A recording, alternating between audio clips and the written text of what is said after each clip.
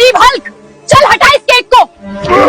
इस गांव में बर्थडे सिर्फ वही मनाता है जिसके पास मेरे जैसी लैम्बोर्गिनी कार हो। अरे गरीब, मेरी कार से दूर हट रहे, कहीं तेरी गंदी नजर मेरी कार को गंदी ना कर दे।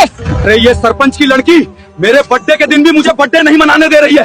देख लेना, एक दिन मैं तुमसे भी महंगी कार और हेलीकॉप्टर लेके आऊंगा और हेलीकॉप्टर खरीद कर उस लड़की को अच्छे से सबक सिखा सकूं।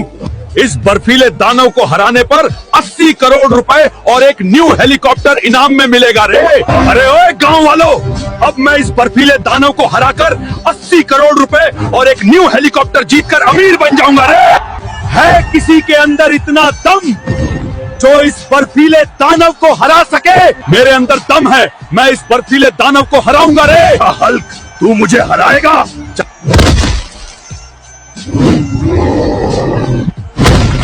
अरे दोस्तों, अब मुझे आप लोगों की बहुत जरूरत है। प्लीज इस वीडियो को लाइक, सब्सक्राइब और शेयर कर दो ताकि मैं इस दानव को हरा सकूं।